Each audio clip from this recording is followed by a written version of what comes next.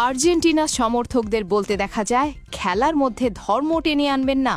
তাদের কাছেও আমার একটি প্রশ্ন, যুদ্ধের সময় তাহলে ধর্মের বিষয়টি সামনে আসে কেন? যখন ইসরায়েল ও ফিলিস্তিনের সংঘাত হয় তখন মুসলিমরা ফিলিস্তিনের পক্ষ নেন। এর একটি বড় কারণ হল ধর্মীয় পরিচয়। একইভাবে যখন যুক্তরাষ্ট্র ও ইরানের মধ্যে যুদ্ধ, তখনও মুসলিমরা ইরানের প্রতি সমর্থন দেখান। আবার আরেকটা বিষয় দেখুন, বাংলাদেশ ভারত যদি কখনো যুদ্ধ হয় তাহলে বাংলাদেশের ৯৮% হিন্দু জনগোষ্ঠী ভারতের সমর্থন করবে। কারণটা পরিষ্কার, ধর্ম। এখন আপনি আমাকে উত্তর দিন, যুদ্ধের মধ্যে কেন আপনি ইসরায়েল সমর্থন করেন না? আর্জেন্টিনা ভালো খেলে তাই আপনি আর্জেন্টিনা সমর্থন করেন। ঠিক তেমনি যুদ্ধে তো ফিলিস্তিন বা ইরানের চেয়ে ইসরায়েল এগিয়ে আছে, তাহলে কেন আপনি ইসরায়েল সমর্থন করেন না? ওই যে কারণ একটাই, আপনার ধর্মের, তাই আপনি ফিলিস্তিন ও ইরানের সমর্থন করেন। আজকে আপনাদের জানাবো ফিলিস্তিনের বিরুদ্ধে কি কি করতেছে আর্জেন্টিনা। এটা জানার পর হয়তো আর কোনোদিন আর্জেন্টিনা সমর্থন আপনি করবেন না, যদি আপনার বিবেক থাকে। একজন মুসলিম হলে ভিডিওটি সম্পূর্ণ দেখা আপনার কর্তব্য। চলুন জানা যাক আসল ঘটনা। এদেশের মানুষ হয়তো নিজেদের দেশের ইতিহাস ভুলে যেতে পারে, কিন্তু আর্জেন্টিনার বিশ্বকাপের প্রতিটি ম্যাচের পরিসংখ্যান তাদের নখদর্পণে। ফুটবল এখানে কেবল খেলা নয়, আর লিওনেল মেসি এখানে কেবল একজন খেলোয়াড় নন, তিনি এক অলিখিত ধর্ম, এক অঘোষিত উপাস্য। কিন্তু এই অন্ধপ্রেমের উল্লাসে মত্ত থাকা বাংলাদেশের তরুণরা কি জানে, তারা যে আকাশি সাদা জার্সি পরে উল্লাস করছে, সেই পতাকার ছায়াতলে আজ কি ভয়ঙ্কর এক দানবীয় শক্তির উত্থান ঘটেছে?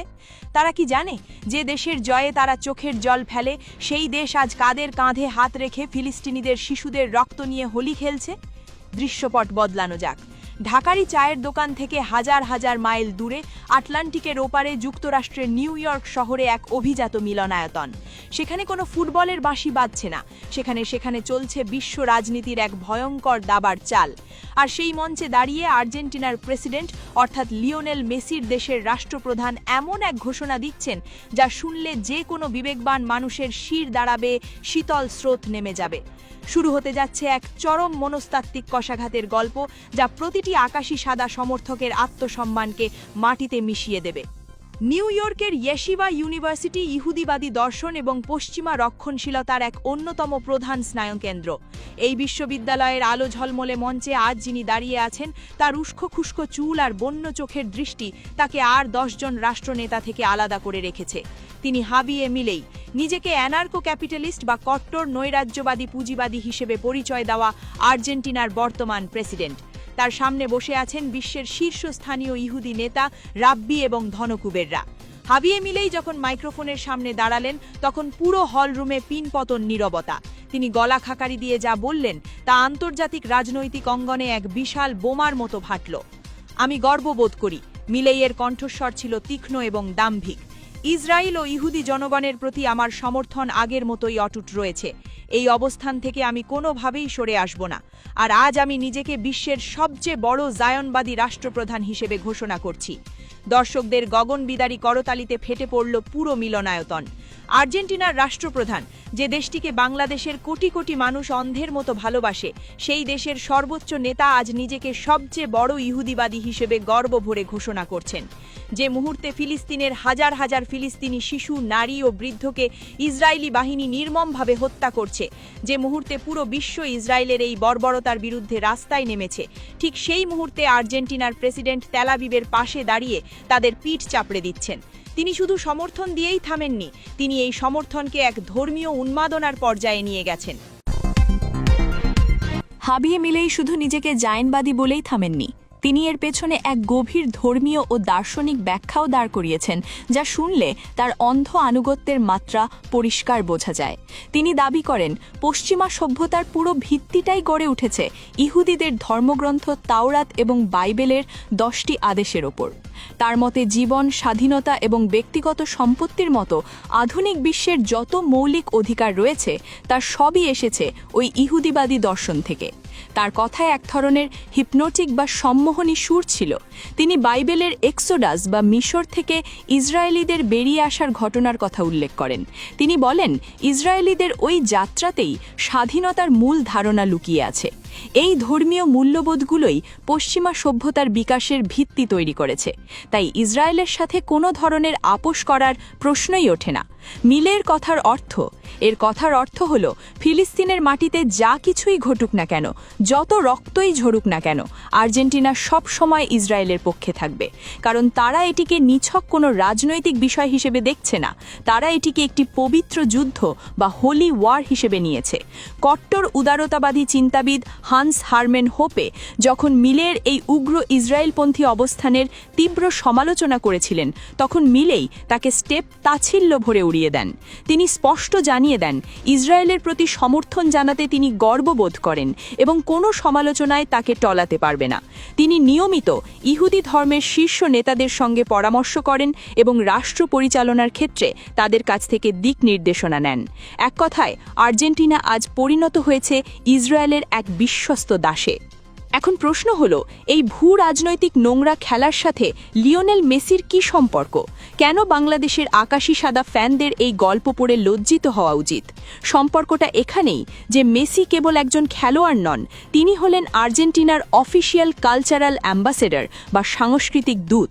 যখন হাবিয়ে মিলেই নিজেকে বিশ্বের সবচেয়ে বড় জায়নবাদী হিসেবে ঘোষণা করছেন, তখন লিওনেল মেসি এই রাষ্ট্রেরই প্রতিনিধিত্ব করছেন।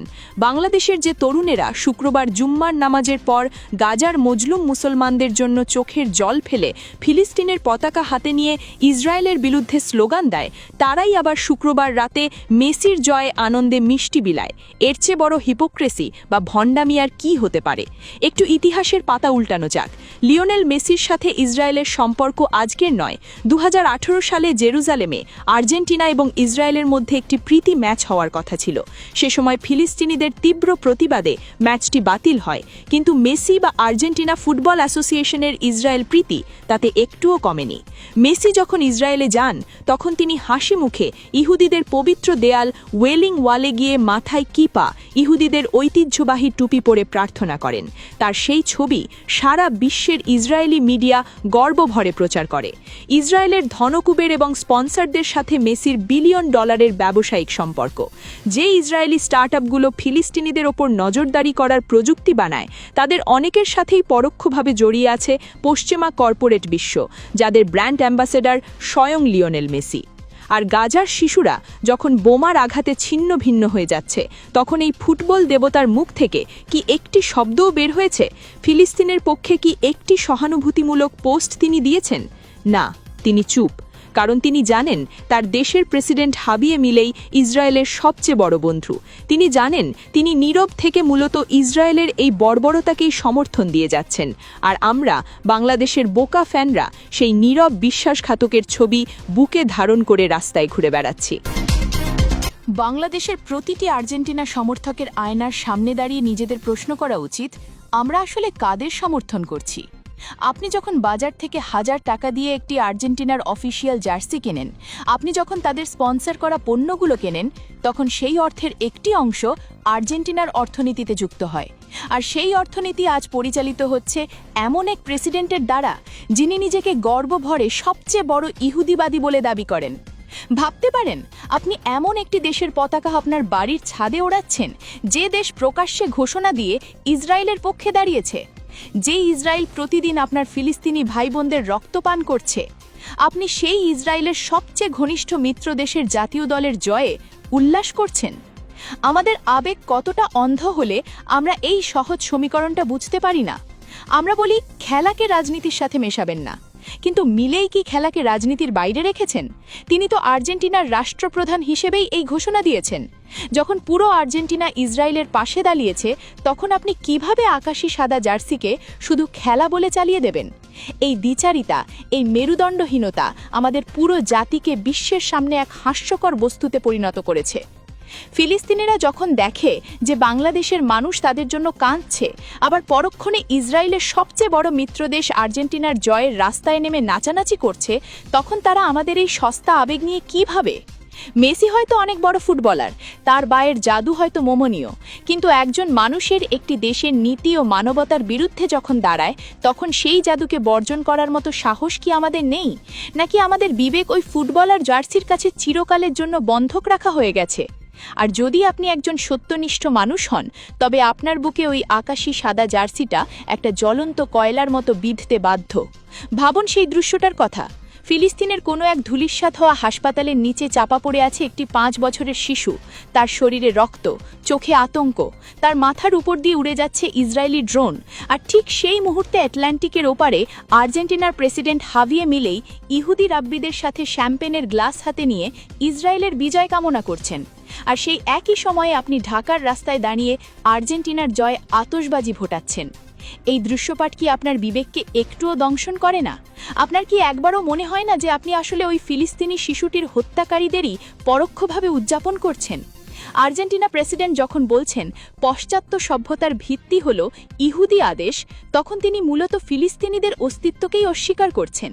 তিনি স্বীকার করে নিচ্ছেন যে ইসরায়েলের যে কোনো কর্মকাণ্ড, তা যত বর্বরই হোক না কেন, তা বৈধ। আর লিওনেল মেসি সেই দেশের জাতীয় দলের অধিনায়ক হিসেবে এই নগ্ন রাজনীতির এক অবিচ্ছেদ্য অংশে পরিণত হয়েছেন। বাংলাদেশের ফ্যানরা মেসিকে ঈশ্বর বানিয়েছে, আর সেই ঈশ্বর আজ এমন এক বেদিতে দাঁড়িয়ে আছেন যার প্রতিটি ইটে লেগে আছে ফিলিস্তিনিদের রক্ত। এই সত্যটা হজম করা হয়তো কঠিন, কিন্তু এটাই চরম বাস্তবতা। বিশ্ব রাজনীতির দাবার বোর্ডে আজ আর কোনো কিছুই আলাদা নয়। খেলা, রাজনীতি, ধর্ম, রক্ত সবকিছু আজ মিলেমিশে একাকার হয়ে গেছে। পরাশক্তিগুলো যখন তাদের নগ্ন রূপ নিয়ে বেরিয়ে আসে, তখন এই সস্তা আবেগগুলোর কোনো মূল্য থাকে না। আর্জেন্টিনার প্রেসিডেন্ট তার চাল দিয়ে দিয়েছেন। তিনি ইসরায়েলের পাশে দাঁড়িয়ে এক নতুন ভূ রাজনৈতিক স্নায়ুযুদ্ধের ডাক দিয়েছেন, আর লিওনেল মেসি তার নীরবতার মাধ্যমে সেই ডাকে সাই দিয়েছেন। এখন বাংলাদেশের ফ্যানদের সিদ্ধান্ত নেওয়ার পালা। তারা কি নিজেদের আত্মসম্মান, বিবেক এবং ফিলিস্তিনি ভাইদের রক্তের সাথে বেইমানি করে এই আকাশী সাদা পতাকাকেই আঁকড়ে ধরে থাকবে, নাকি এই লজ্জার চাদর ছুঁড়ে ফেলে দিয়ে মানবতার পক্ষে দাঁড়াবে?